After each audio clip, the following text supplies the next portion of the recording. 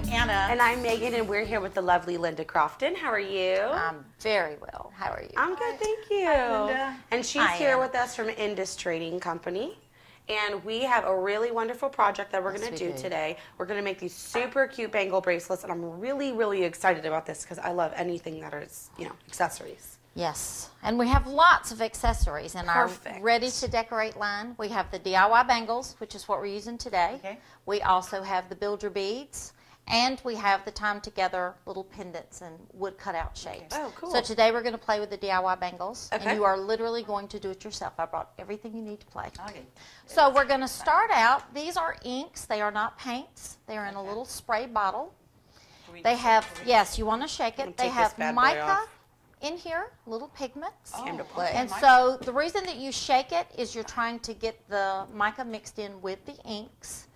And I come up with great ways so that you don't get ink on your fingers. So normally if I were using an ink, I would hold the bangle like this and I would ink it. But because we're going to spray, if you'll use a chenille stem, you can hold it like this, and just with a little jiggle, you can rotate it around, you can twist it, you can get complete coverage with your spray.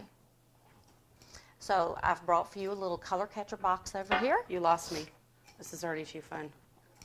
Okay, we'll just keep going. That's right. While she with the children, rolls hers around, we'll just spray. All right, so you're going to shake. You're going to remove your lid. Hold it inside that box. That's going to catch all your excess. Make sure the spray is going to the box, not to your the face. Point your nozzle. Oh, crap. And then I shouldn't have warned her. Oh. There we go. So shake it again.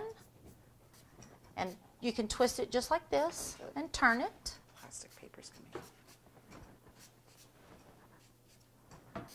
And then I brought for you these little stylus tools with a long reach handle, a little foam sponge tip on the end, so you can actually blend that ink if you don't like the look of runs. Okay, it's just personal preference. I'm just going to kind of like pet this like this. Well, you can sit it right down on the bottom of the box. That gives you a little more control. Do you see? Mm-hmm. And then you can just spread that ink right around. So these are just like, what, little sponges on a stick? Uh-huh. I like it. I like it a lot, too. This is kind of But you know, a lot of crafters use the cosmetic wedge sponges, but you've got to get your hand inside the bangle. Right. And then you may be tapping the ink onto yourself. And with the stylus tools, you don't have to worry about that. It gives you that extra long reach. I've given you a cloth that's in your lap. You can actually pick that bangle up now, remove it from the chenille stem, and just blot all the excess ink off. Okay. Oh, As so I soon as don't you need think to you use have my enough sponge red anymore? on there. No. When you do your second color, then I start blotting. Oh, we What start we're blotting. doing with these inks is staining the wood. So once it's absorbed, all the excess is just sitting on the outside of the bangle. So that's the reason that we blot. Yeah. I also brought little fans so that you can actually dry it if you had a heat tool. You could also use the heat tool. That speeds it up. So now what I have for you are Don't you dare. outline image rubber stamps. And you're a rubber stamper, so you know. An outline image is going to give you an area to color, whereas a bold image rubber stamp, which is what I used on this, is just a solid, it's going to be solid black ink. Okay. Do I look better when the air hits me? So here we go. You want that one? This one's the best. Okay, never mind. She's trust me, She's that like one's the Paisley. I best. love Paisley. Okay, here we go. Okay. You have black permanent ink. You're going to leave the stamp face up, bring the ink pad down to it, And cover it completely. What if I only want part of the design? Okay, well you have 5 flat areas on your bangle. Okay. So that gives you 5 different choices for choosing different areas. So if you're going to overstamp one area more than once, just go back and re-ink it. Okay. And we know So- cat is, what does it do, Megan? Do you remember? Builds the ink up on the stamp. Yes. And I never clean my stamps, so there's already some good conditioning going. Either. All right, girl, we're in the I'm telling you, Yes. you don't waste time on that. Now, when you get ready to stamp, because you're going to start putting wet black ink on the outside, if you'll get in the habit of holding the edge, From the side, okay. find one of your flat areas, 2 fingers on the inside where that is. Got it. You're going to press straight down and then lift straight up. Whew, I'm good. And now you're going to rotate and again hold on the edge, 2 fingers on the inside, find another flat area. Ooh. What do you think? Very cool. I told you you'd like that stamp. Yes, you're right. You were absolutely right. I should always listen to you. Man, I'm good. Now, do you need more ink or are we good? I think I'm good. Okay. Ooh, oh man, I love this. Isn't that pretty? It's beautiful. And do you have to use black ink, or that's just what you chose? I chose the black because it gives it a little more emphasis. And when you're going to use these little inks that have the mica, and you want that to show up, the black is really going to showcase it for you. Now you're ready to paint your accents. Okay. I've given you a multitude of choices here. Again, this is an ink. It is not a paint. It has the mica pigments in here. You tend to think because of the bottle it's like a liquid eyeliner or it's like a nail polish, but in fact what you'll find in here is a hard foam nib. It's not a brush and it is not soft. I scrape off the excess, and if you've ever had a manicure and you've seen the little manicurist, she puts her pinky down to anchor. That way this hand isn't moving, this hand isn't moving.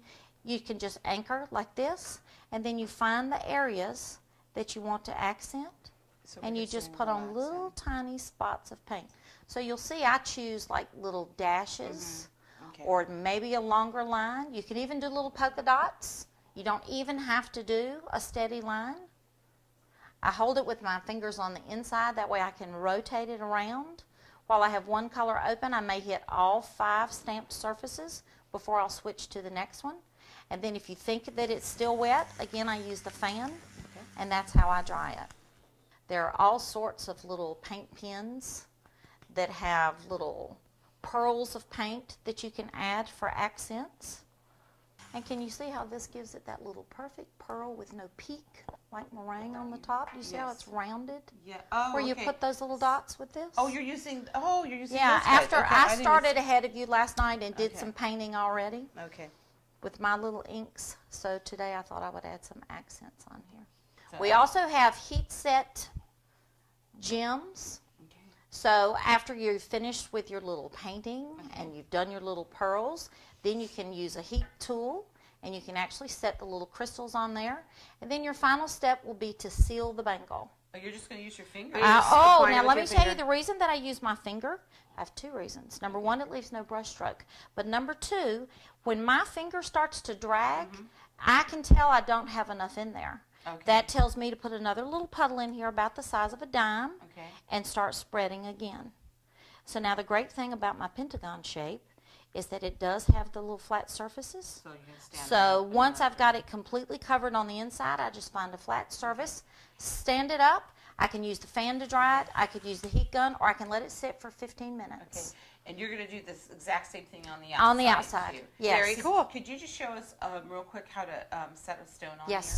So basically, these little guns basically heat up the glue that's on the back of the stone. Yes. And so it's heating through. Yes, and the longer you use the little heat tool, the hotter it gets, the faster it goes. So the first one may take you 30 seconds to heat up, but the next one may only take 10. By the time you've done 10 of these, it'll take maybe 3 seconds, and it's heated. So what's going to happen? It's going to do this. Well, oh my gosh, this is like such a fun project. Yeah, it's great. We could do this all day. Linda, thanks so much for coming. Thank you. This is fun. I enjoyed it. We always say when creativity knocks, open the door. That's right. Thank you. Thank you.